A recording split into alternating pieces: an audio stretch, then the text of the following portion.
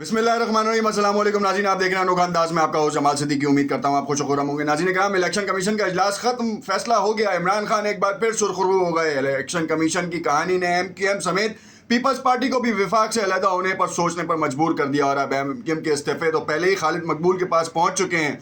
देखना यह है कि यह काम इलेक्शन के बाद होता है या फिर कहीं से हुक्म आने का इंतजार किया जाएगा।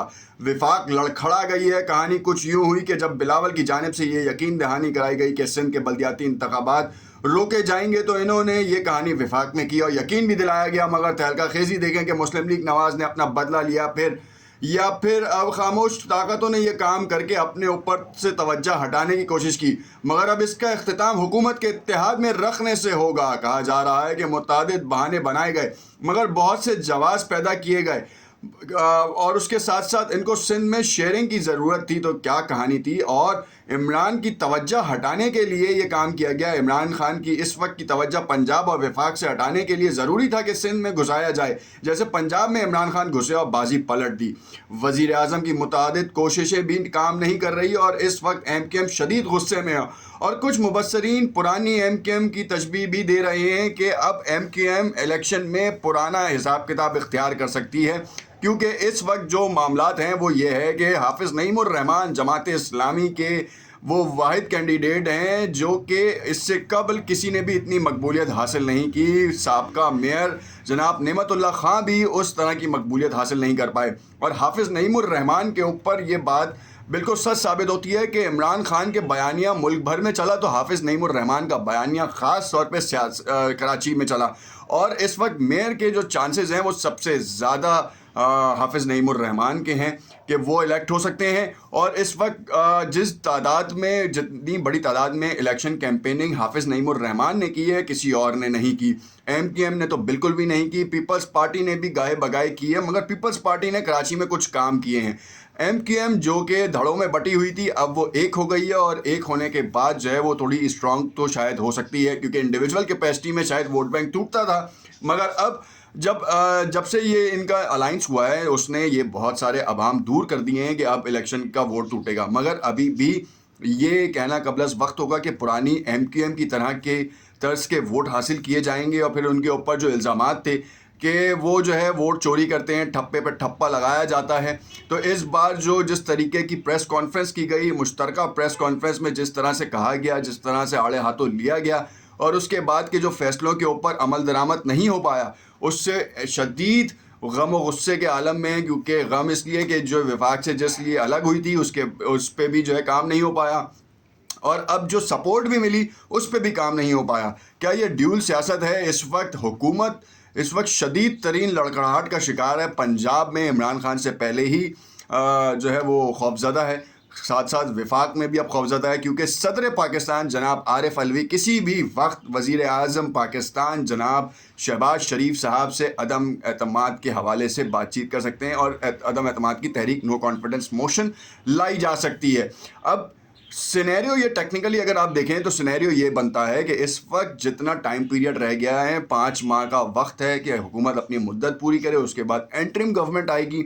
एंटरिम गवर्नमेंट आने के बाद अगस्त या सितंबर में इलेक्शंस मुतवक्का हैं जो कि नॉर्मली हो सकते हैं। इमरान खान बारहा इस बात का इजहार कर चुके हैं कबल वक्त इलेक्शंस मईशत की बेहतरी के लिए बहुत ज़रूरी है।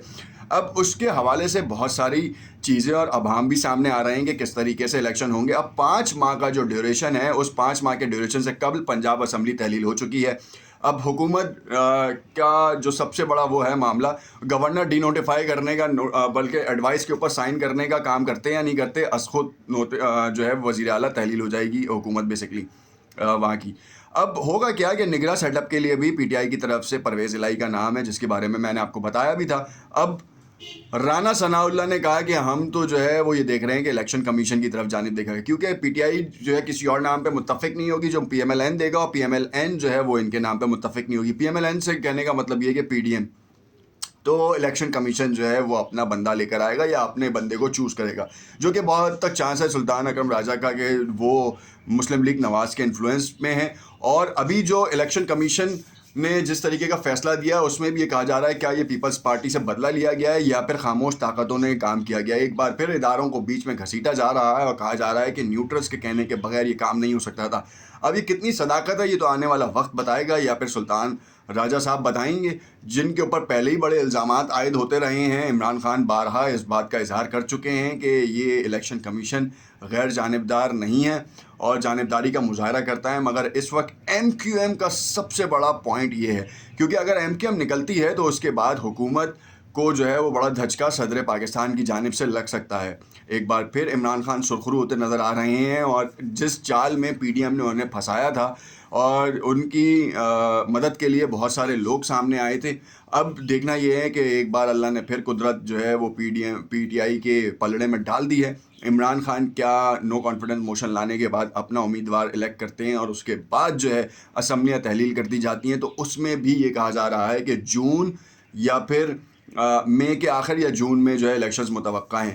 اب دیکھنا یہ ہے کہ الیکشنز کتنی جلدی ہیں، کیونکہ پنجاب میں اگر الیکشنز ابھی ہوتے ہیں اور انٹرم گورنمنٹ لائی جاتی ہے تو الیکشن جب تک ہو رہے ہوں گے تو وہ رمضان آ جائیں گے، تو رمضان میں تو الیکشن نہیں ہو سکتے، اور اس کے 2 ماہ بعد جنرل الیکشن ہو جائیں گے اگر تو یہ کام ہوتا ہے. تو اس سے قبل ہی یہ بات سارٹڈ ہے کہ فواد چودھری نے کہا کہ اس وقت کی حکومت کو چاہیے کہ پی ٹی آئی کے ساتھ بیٹھے، پی ڈی ایم کو چاہیے کہ پی ٹی آئی کے ساتھ بیٹھے اور قبل از وقت انتخابات کے لیے تاریخ متعین کر لے. اگر تو وہ اندرونی ذرائع یہ کہتے نظر آ رہے ہیں کہ مارچ میں جو ہے وہ یہ سیٹ اپ چینج ہو جائے گا، اور اس سے قبل کہا یہ جا رہا ہے کہ فروری کے وسط میں جو ہے وہ حکومت ڈیزالو ہو جائے، جو کہ پی ٹی آئی کی طرف سے ایک پلان اے ہے.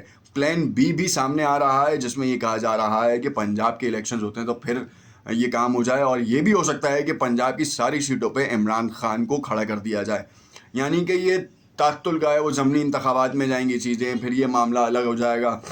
تو معاملہ بہت ہی زیادہ الگ نوعیت کا اختیار ہوتا جا رہا ہے. کاف لیگ بیچ میں بیٹھی ہے، اب کاف لیگ نے اپنے سارے پر کاٹ دیے ہیں یا پھر عمران خان نے کاف لیگ کے سارے پر کاٹ دیے ہیں، کیونکہ عمران خان کو یہ بات طے تھی کہ پرویز الہی صاحب جو ہیں شاید ان کو دغا دے جائیں کسی بھی موقع کے اوپر. اسی وجہ سے انہوں نے تمام ان پہلوؤں کو بہت ہی غور سے دیکھا جس سے چلتے ہوئے شاید پرویز الہی جو ہے بھاگ سکتے ہیں. مگر عمران خان نے مضبوطی رکھی اور بڑے اقدامات کیے، جس میں آپ کے سامنے ہے کہ زمان پارک میں ہونے والی میٹنگ گاہے بقائے قاف لیگ کے ارکان بھی اس میں شامل تھے.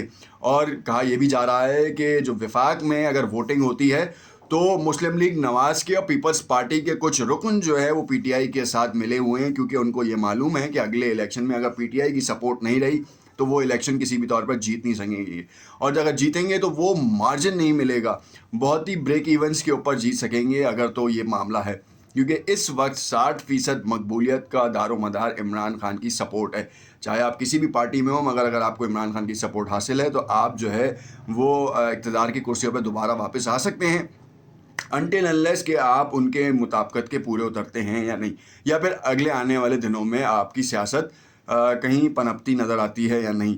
اب اس وقت جو معاملات ہیں وہ بہت ہی الگ رخ پہ چلے گئے ہیں، اور اس کا سب سے بڑا دار و مدار جو ہے وہ کہا یہ جا رہا ہے کہ ہونے والی سیاستوں کے معاملے پہ ہے. نئے الیکشنز قبل از وقت ہونا ناممکن نظر آ رہا ہے، مگر ایم کیو ایم اگر آج رات میں یہ اعلان کر دیتی ہے کہ وفاق میں سے وہ ہٹ رہی ہے اور پیپلز پارٹی بھی یہ کرتی ہے کہ ہمیں شدید تحفظات ہیں، تو حکومت لڑکھڑا جائے گی. اور حکومت لڑکھڑانے سے بچانے کے لیے اس وقت وزیر اعظم شہباز شریف اپنے تئیں متعدد کام کر رہے ہیں، اور اس کے چلتے ہوئے مریم نواز اور نواز شریف کو بھی جلد آنے کی ہدایت کر دی گئی ہے.